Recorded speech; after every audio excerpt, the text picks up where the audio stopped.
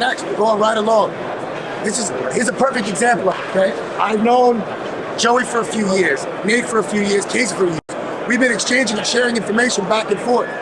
I'm constantly learning from them, and hopefully they take something from me. But I met this guy, we all met this guy right here. This is what this event's for.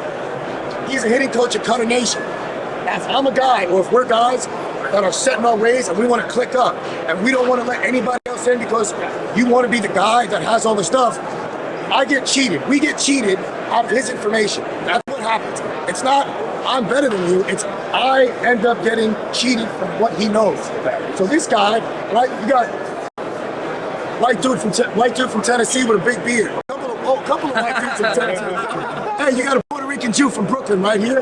We got some type of Asian character. Filipino, you got Manny Pacquiao out here. Okay, we never seen him before, right? But he's a dude. He works for Cutternation. What do you think about his vibe?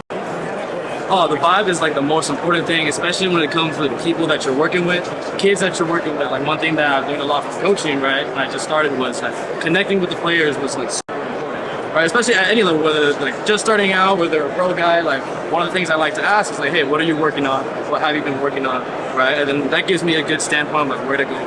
I'm not like trying to completely change their stuff or they start from scratch. You know, we have a working point to work with.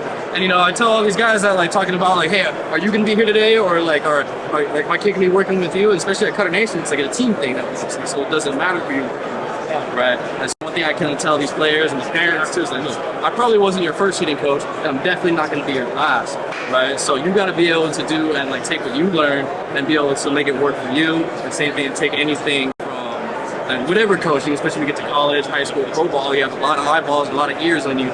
You got to be able to like, oh, okay, that makes sense to me. That works. Okay, I can try that. You know, be open-minded and stuff like that. And so us as coaches, we got to be open-minded too. Like, look, this is a big group of hitting coaches. I want to learn from all you guys. You know what I mean? And with Cutternation too, like we've been on the thing where we want to team up with facilities. Like we did the Hit Lab, we did the live ADs with 2 guys, and you know we were able to talk to the hitters, talk to Joey about hitting, and then use the pitchers to like kind of, whether it's exposed or like, oh, he does something really well off of live pitching, and that's where we kind of tailor our training, and we can really just work from there and connect with everyone.